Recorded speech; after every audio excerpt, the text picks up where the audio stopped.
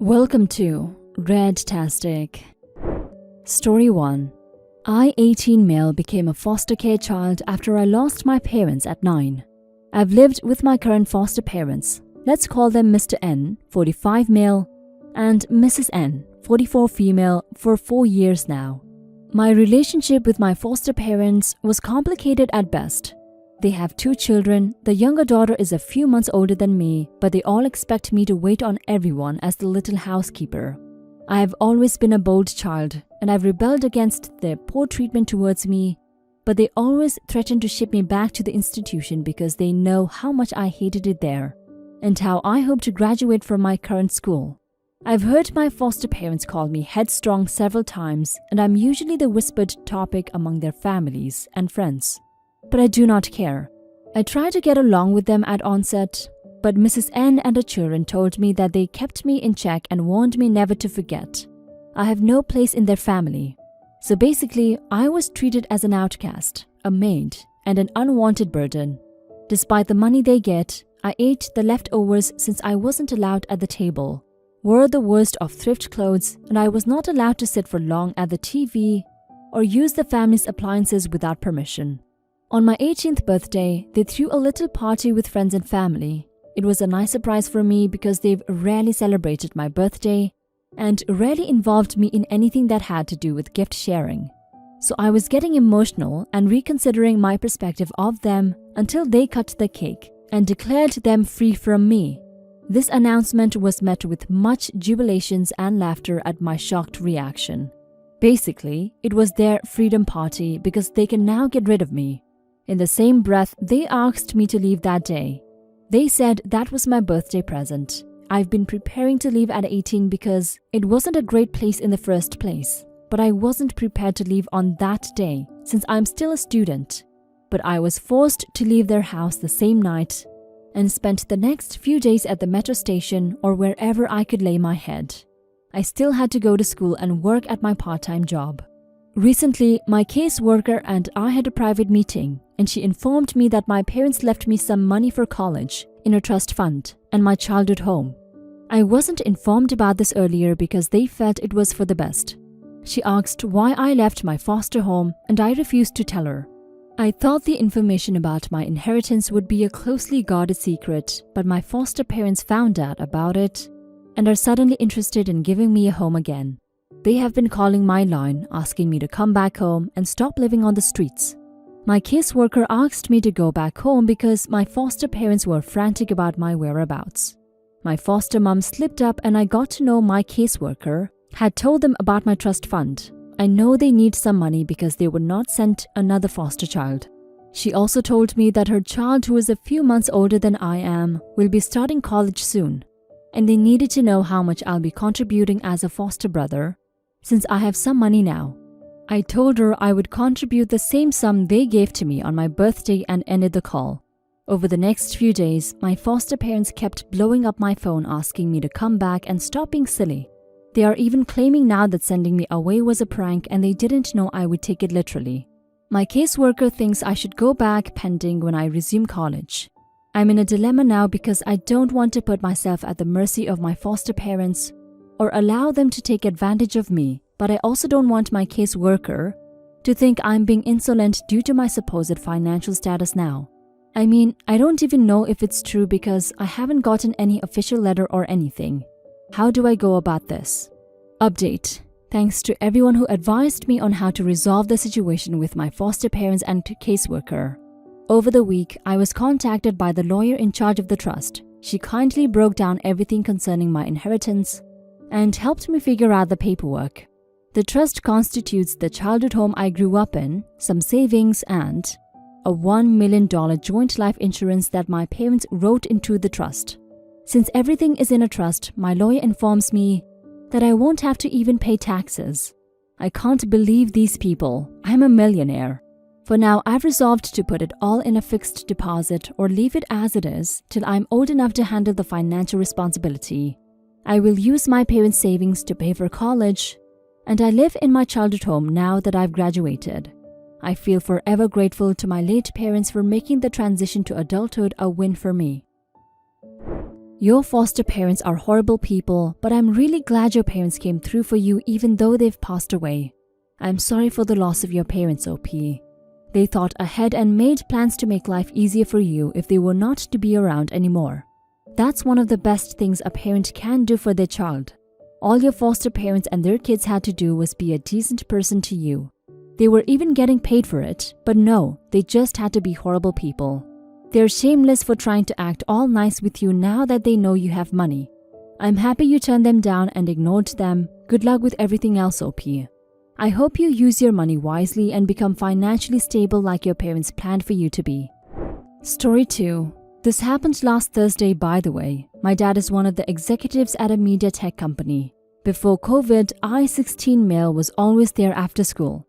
It's a pretty big building. Some of the offices there are closed because people are now working from home, so it's not as many people hanging in the lobby as before. My mom dropped me off there because my dad was in a meeting and we were gonna go eat lunch after. I'm there waiting in the lobby with my backpack and this guy from across keeps looking at me. He's there with some other people. The lobby is big, so there's always others that are there on lunch break. Then he comes to me trying to be friendly at first. Then he asks if I work in the building.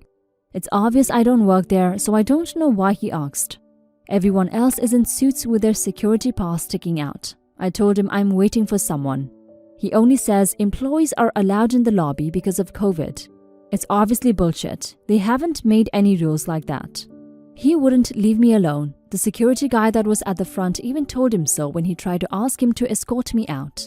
He looked annoyed by then and told me that lots of homeless people have come by, lying about that too, so to just leave already. Security at the desk told him I'm allowed to be there. It was back and forth for like 10 minutes. I'm already pissed, so I told him to just F off already. When I told him who my dad was, he laughed like he didn't believe me. My dad texted me then that he's outside, so all I said was whatever. In the car, my dad saw I was mad, and after I told him what happened, he was asking me do I remember the guy's name. If he said which department he's from, what he was wearing. I just told him what I remember. He ended up finding out who he was and called up his supervisor. They let the guy go. My dad says the guy should have known better than to lie or cause a scene like that in their building. He told me to drop it. I just didn't think they were gonna be that extreme with it. My dad was really mad about it. I keep thinking about it now, if I shouldn't have said anything at all. He was being a dick here and I was mad. Does it make me an a-hole that I helped get him fired though? Update. So after I last posted, I tried talking to my dad again. He didn't want to tell me any details before, but I admitted to him I was feeling kinda bad about the guy and don't know if it was extreme to get him fired. My dad told me he's sorry for pushing it off. The reason is they obviously can't go into detail about an employee since that's their privacy. He told me though that they already had issues with him before and he's only been there a few months. When I told him about the guy, he had a feeling who it was. He just wanted confirmation from me before he reported it to the guy's supervisor from that department. The decision wasn't up to my dad, but he told me since he was fired, he already had a lot of strikes. I don't know what else the guy did. All I knew was my dad telling me it's not the first time this has happened. Last time I was hanging out at the lobby a couple weeks ago waiting for my dad to finish for the day. The head security guy, not the one who was there the actual day, talked to me because we have known each other for years now. He told me he heard about what went down and he's sorry he wasn't there to say something.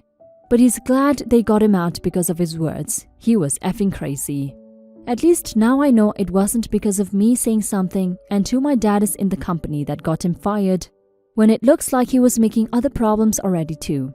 I'm glad one of the comments pushed me to talk to my dad about it, so now I don't feel so bad about what happened. He was open about it so that it doesn't make me feel guilty anymore. And I don't. Thanks for all the support in the comments and pointing out that it probably wasn't the first time the guy caused problems. You guys turned out to be right. OP, I think it's really sweet that you were feeling badly about someone getting fired for harassing you. It shows how empathetic and compassionate you are. The world needs more young people like you in it. Please know that for someone to be fired over one incident, it would have had to have been a seriously egregious transgression. That being said, you do need to understand that you are not responsible for the actions of other people. Even if this guy was fired for only this one incident, it still wouldn't be your fault. Use this as a lesson on personal responsibility. You alone are responsible for your actions and you alone get to face the consequences of your action. Nobody else is to blame for your consequences. Now for some comments. Good on you, OP. The company was probably happy to get rid of this guy. He had only been there a few months. Geez, you really helped the company because that guy was a lawsuit waiting to happen. Confidentiality is a real thing. As much as people want to know all the deets, the company can get in trouble for violating that. It's easy to do the old "don't tell anyone" if you knew the details and it gets out that you told. It could come back to your dad. This update made me so happy. I was worried the original was going to be a "do you know who my dad is" type situation, but it was pretty much the opposite. I'm sorry you were harassed, but you handled it better than a lot of adults would have in your situation. And you have all those teenager hormones on top of it. Keep on having that compassion and self-reflection. We need more people like you out in the world.